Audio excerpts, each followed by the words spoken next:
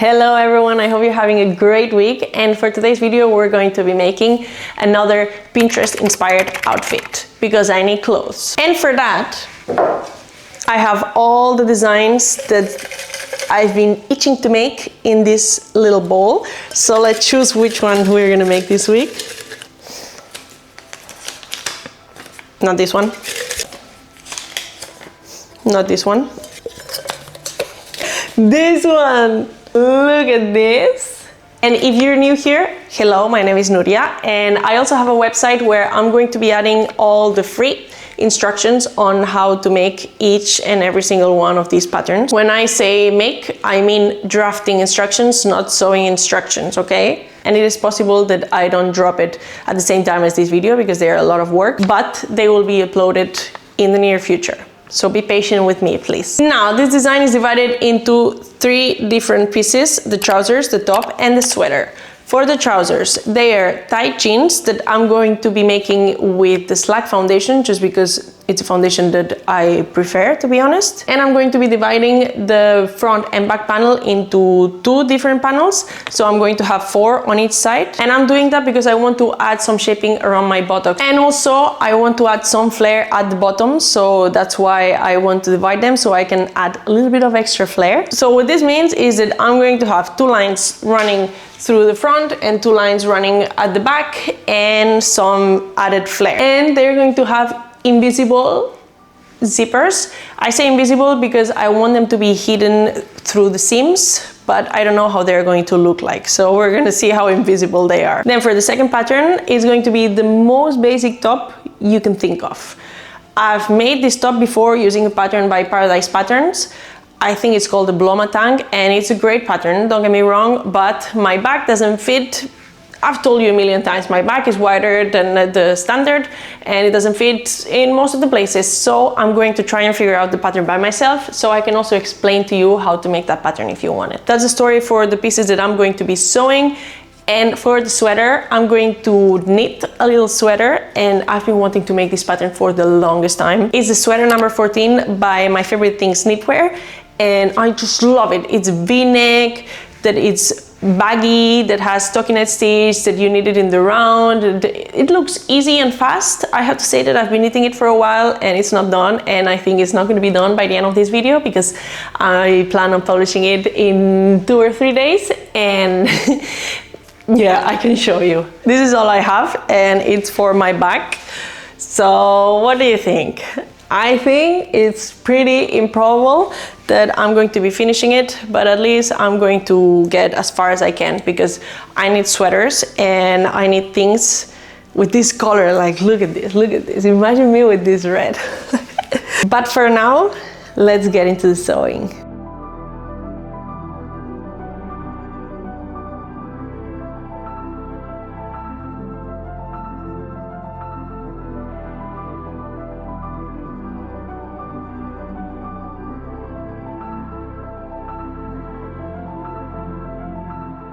Okay, after 2 hours almost, we've got all the fabric pieces, and step number 1 is going to do the pockets. So I have to figure out where the pieces go.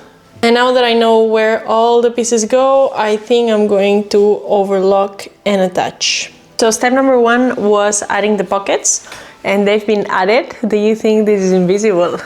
Well, a little bit. The only difficulty here is to remember which is which. Like, is this the right side or the left side of the leg?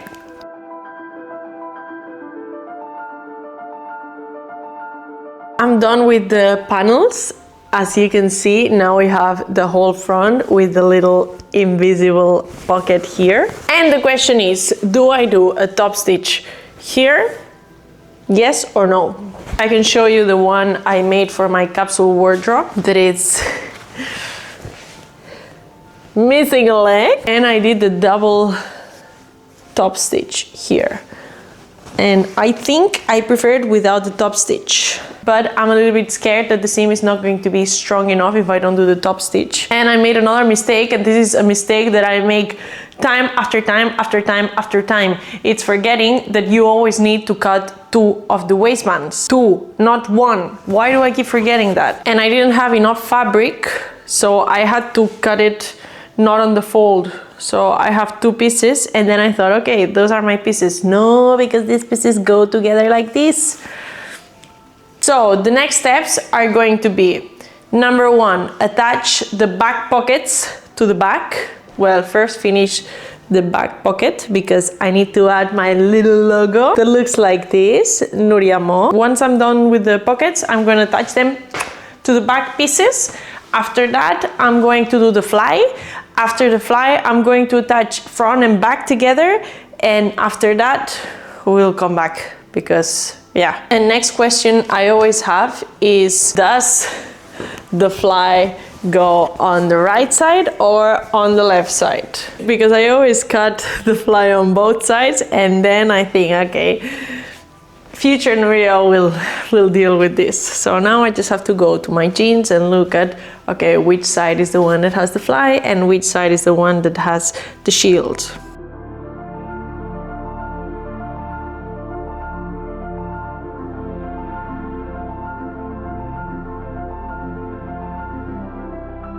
Now we have the 2 pockets at the back, and look, I tried a new way of stitching my logo, and it's with zigzag stitch, and I really like it. And now we have both backs, and I can attach both backs together at the crotch line. So I would put pocket, pocket, pocket against pocket, and so along the crotch line. And as for the fly, I already attached the zipper to one of the sides, and now I have to add some basting stitches here to put it into place, and then attach the zipper to the other side of the fly.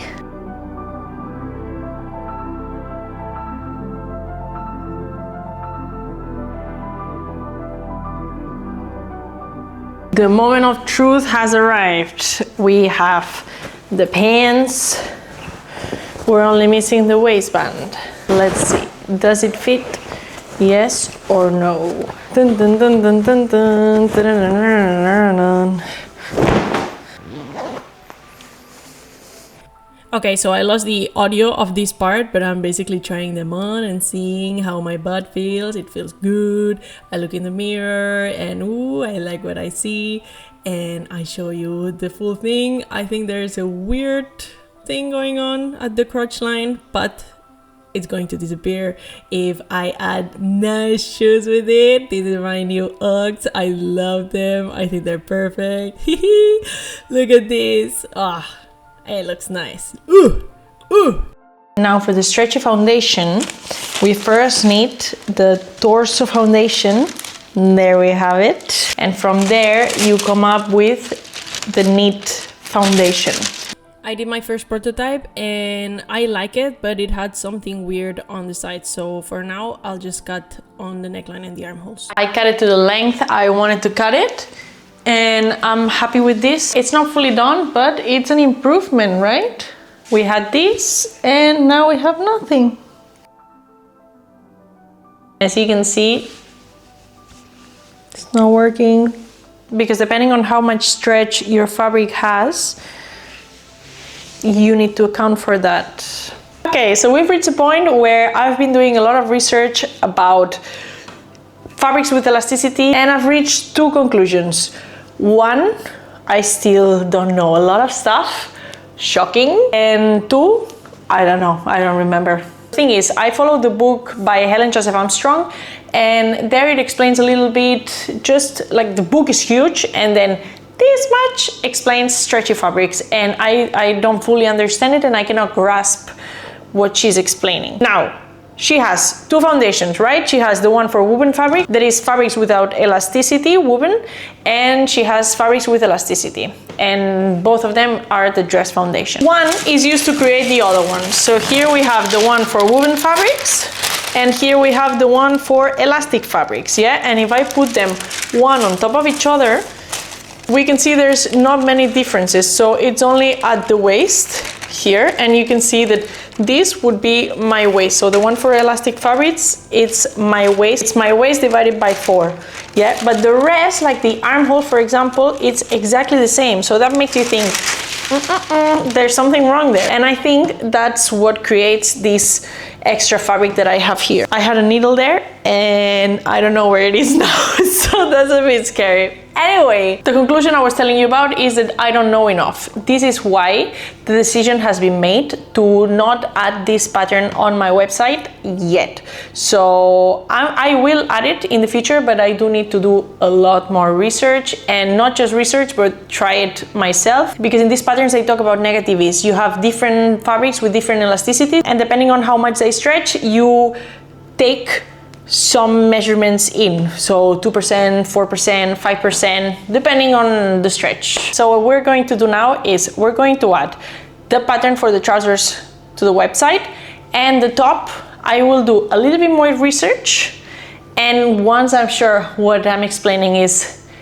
at least slightly correct, I will let you know on Instagram. So if you don't follow me, my handle is _Nuriamo. You can go and check it out because that's the easiest way for me to communicate with people. I hope you understand. I did something similar with the video for the pajamas. So I have the trousers on the website and they are gorgeous, but what I don't have on the website is the gunny shirt because I made it with a dress foundation and I thought that the armholes were too tight.